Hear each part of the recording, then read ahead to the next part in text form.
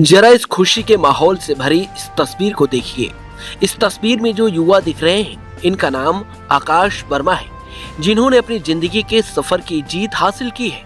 आपको बता दें, इन्होंने अपने संघर्ष और समर्पण से मिलिट्री इंजीनियरिंग सर्विस में कनिष्ठ अभियंता पद पर चयनित होकर अपने परिवार और जिले को गौरवान्वित किया है। यह उनकी मेहनत और समर्पण का परिणाम दर्शाता है। आकाश वर्मा की सफलता की कहानी वास्तव में प्रेरणादायक है।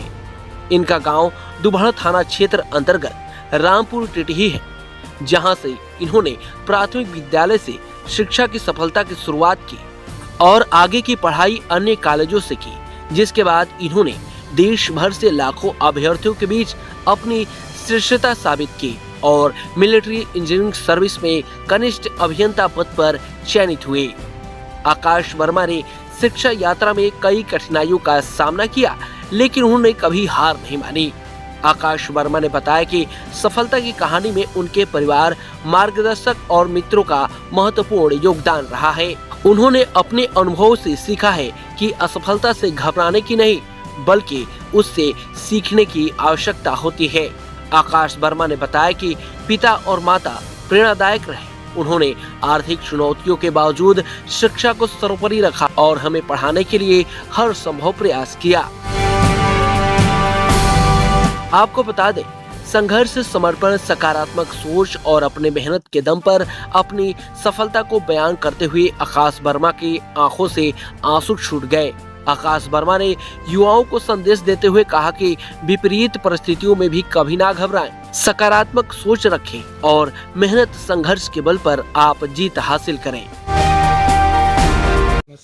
मेरा नाम आकाश वर्मा है और मेरा गांव रामपुर टिटही पड़ता है, जो कि दुबहड़ थाना के अंतर्गत आता है।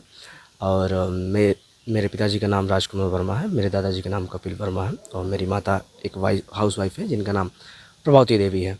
किस तरीके की परीक्षा आपने क्वालिफाई किया है? मैं एसएससी जेईई में जूनियर इंजीनियर की पोस्ट जो कि एग्जामिनेशन कराती है, जिसमें मैं एमईएस डिपार्टमेंट में सिलेक्शन हुआ है। लगभग उसमें काफ़ी भारी मात्रा में बच्चे पढ़ते हैं, एग्ज़ाम देने के लिए बैठते हैं। लगभग 5 से 6 लाख लगभग बैठते हैं, जिसमें कि 2 तरह के एग्ज़ाम होते हैं। पहला प्रीलिम्स होता है, दूसरा मेंस होता है। इन दोनों एग्ज़ामों को क्लियर होने के बाद ही आपका सिलेक्शन होता है। तो जिसमें मैं प्रीलिम्स भी निकाला और मेंस भी निकाला, जिसमें लगभग 1700 करीब में बच्चे बैठे थे और जिसमें मेरा करीब सिविल इंजीनियरिंग डिपार्टमेंट में मेरा 417 रैंक है और एमईएस में डिपार्टमेंट में मेरा लगभग 160 रैंक है। और कहाँ से आपने मेरी पढ़ाई लगभग पिताजी किसान वर्ग से थे, तो मेरी उस तरीके की आर्थिक स्थिति सही नहीं थी। तो मेरी प्राथमिक शिक्षा जो भी हुई प्राथमिक विद्यालय रामपुर टिटही से ही हुई थी और लगभग मैंने 3री या 4थी क्लास तक मैंने वहाँ पढ़ाई की थी। फिर थोड़ी सी एजुकेशन थोड़ी सी वहाँ सही नहीं होने के कारण हमने प्राइवेट की तरफ शिफ्ट होने की कोशिश की। फिर भी मैंने उस तरीके की स्कूल नहीं हो पाया, तो हमने एक बगल में प्राइवेट स्कूल था, वहाँ एडमिशन लिया। फिर वैसे पढ़ते पढ़ते हमने एक हाई स्कूल के लिए हमने एडमिशन कराया। प्रेरणा हल्दी स्कूल हल्दी में था, प्रेरणा उच्चतर माध्यमिक विद्यालय था, जो कि राजपुर एकावना में है। उसके बाद हमने पॉलिटेक्निक एग्ज़ाम की एंट्रेंस एग्ज़ाम दिया, क्योंकि मेरी इच्छा थी कि मैं इंजीनियर बनूं, जिससे हमने अच्छी रैंक लाकर लगभग करीब 4000 रैंक थी। तो मैंने बलिया ज़िले में टाउन पॉलिटेक्निक कॉलेज है, तो वहाँ से हमने डिप्लोमा किया इन सिविल इंजीनियरिंग में। उसके बाद हमने सोचा कि अब जिसकी तैयारी किए हैं, तो इसके लिए हमने एसएससी का जो एग्ज़ाम करवाती है जूनियर इंजीनियर का, हमने एग्ज़ाम उसमें दिया। लगभग मैंने 2-4 साल से लगभग प्रिपरेशन की थी, क्योंकि मेरा उम्र लगभग पूरा नहीं था, 18 वर्ष नहीं था मैं। तो मैं प्रिपरेशन लगातार करता रहा, जिसमें 2 बार प्रीलिम्स में मेरी असफलता मुझे मिली। फिर भी मैं तरीके से एग्ज़ाम खुद को हारा नहीं और लगातार तैयारी करती रही। लेकिन पहली बार मेरा प्रीलिम्स भी क्लियर हुआ। उसके बाद मैंने जी जान मेहनत करके मेंस भी दिया और उसमें मेंस भी मेरा अच्छा गया, जिसके कारण मुझे एमईएस भी मिला, एमईएस डिपार्टमेंट मिला।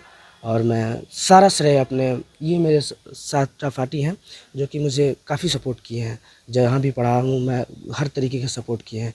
और मैं इस पूरा श्रेय मैं अपने माता पिता, अपने दादाजी को देना चाहता हूँ। सबसे ज़्यादा किसको अपना आइकॉन मानते हैं?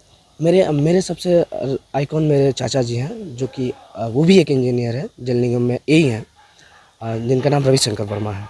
आप जब अपनी शिक्षा ग्रहण कर रहे थे जी। उसके बाद से कब आपने सोचा कि हमको किस लाइन में जाना है और उसके लिए कितना संघर्ष करना पड़ा आपको? संघर्ष तो सर ना पूछिए, हमने बहुत कुछ झेला है। बहुत बैकफुट पे हमने देखा था। पिताजी का इच्छा थी कि मेरा बेटा इंजीनियर बने। मैं घर का सबसे बड़ा बेटा हूँ, फिर भी उन्होंने बहुत मेहनत करके हमें कोशिश किया कि हमारी शिक्षा अच्छी हो। उन्होंने अपना तरीके का जो भी अपने ऊपर कुछ नहीं खर्च किया, हम लोगों के ऊपर खर्च किया। तो हमने तैयारी वहीं से शुरू की थी कि हमें इंजीनियर बनना। पिताजी की सोच को लेके हमने अपनी सोच बनाया था, उनके सपनों को मैं अपना सपना बनाया था। उस तरीके से हम लोग आगे बढ़े थे। अब आगे किस तरीके की सोच आपकी है? देखिए, मैं चाहता हूं कि मैं इससे भी बेहतर जॉब की कोशिश में हूं, और मैंने अभी फॉर्म भी डाला है असिस्टेंट इंजीनियर का, जो कि उत्तर प्रदेश में यूपीपीएससी करवाती है। उसका एग्ज़ाम दूंगा मैं, और कोशिश रहेगी ये कि मैं उसको भी क्लियर करूं, और अच्छे ज़िलों में, जहाँ जहाँ ज़िलों में अविकसित है वहाँ मैं जाऊँ, विकसित करूँ, अच्छे लोगों का उद्धार करूँ। मतलब मैं चाहता हूँ कि सभी राज्य का भी अच्छा विकास हो, मैं अपने ज़िले का अच्छा विकास करूँ। क्या कहना चाहेंगे जैसे कि जो युवा हैं, युवाओं को क्या संदेश आप ही देना के लिए अगर जैसे आप संघर्ष किए वैसे वो भी करें, तो जैसे आप कमज़ोर वर्ग से आते हैं, काफ़ी संघर्ष करके आपके माता पिता ने आपको इस लाइन में भेजा पढ़ाने के लिए, तो क्या इंस्पायर, कहाँ से वो टूटे ना युवा जो कहीं जाने पे किया कोई समस्या आती है परिवार में तो टूट जाते हैं, तो कौन सा ऐसा मोटिव है जो आप उनको संदेश देना चाहेंगे कि आप सफल होंगे, बस ये काम करिए? हर किसी व्यक्ति का अपना कोई ना कोई आइकन होता है, और मैं चाहता हूं कि कोई अपने आइकन को बनाए रखिए आप। हर व्यक्ति पढ़ता है, हर व्यक्ति मेहनत करता है। कोई इस लाइन की इस पार होता है, कोई लाइन के उस पार होता है, और हमने भी असफलताएं बहुत हासिल की है, पर मैं कभी हार नहीं माना। मैं भी चाहता हूं कि आप लोग भी हार ना मानिए, पढ़ते रहिए। एक ना एक दिन आपकी जो भी मेहनत है, जो भी पसीना आपने बहाया है, वो काम आएगा। ये नहीं कि आप जिस फील्ड में काम कर रहे हैं वही काम आएगा। आप बढ़ते रहिए। ये नहीं आपका ये एग्ज़ाम नहीं क्रैक हुआ, हो सकता है आपके लिए अच्छा एग्ज़ाम क्रैक करने के लिए रखा हो, आप उस पर फोकस करिए, लेकिन आप हार ना मानिए, पढ़ते रहिए, आगे बढ़ते रहिए, आप ज़रूर सफल हो पाएंगे। एक आखिरी सवाल, इतने संघर्ष के बाद आपने सफलता हासिल की, तो किस तरीके का उत्साह या खुशी आपके माँ बाप के चेहरे पे, आपको कितना गर्व महसूस हुआ? जैसा कि मैंने पहले ही बताया कि हम किसान वर्ग से आते हैं, और मैं जिस रात रिजल्ट आया था, मैं मटर के खेत में था, और मेरे दादाजी भी थे, और हम लोग ने पढ़ाई मतलब कि मटर तोलवा रहे थे, वो व्यापारी आए थे, और अचानक मोबाइल पे नोटिफिकेशन आया, तो मैं मोबाइल देखा तो मैं फूले न समाया, और मैं अपने दादाजी के पैर छुआ। अच्छा लगा मुझे ये देख के कि मैं रिजल्ट क्रैक किया। आपको बता दें, आकाश वर्मा के इस सफलता के बाद माता पिता के साथ साथ गांव में खुशी का माहौल बना हुआ है। आपको जानकारी के लिए ये भी बता दें, इस प्रतिष्ठित परीक्षा में देश भर के लाखों अभ्यर्थी शामिल हुए थे, जिसमें सिविल, इलेक्ट्रिकल और मैकेनिकल इंजीनियरिंग के डिप्लोमा, बीटेक और एमटेक धारकों के लिए 1700 रिक्तियां थीं। प्रीलिम्स और मेंस की 2 कठिन परीक्षाओं में अपनी श्रेष्ठता साबित करते हुए आकाश ने अंतिम चयन सूची में स्थान प्राप्त किया। यूपी 60 न्यूज के लिए बलिया से विवेक जायसवाल की रिपोर्ट।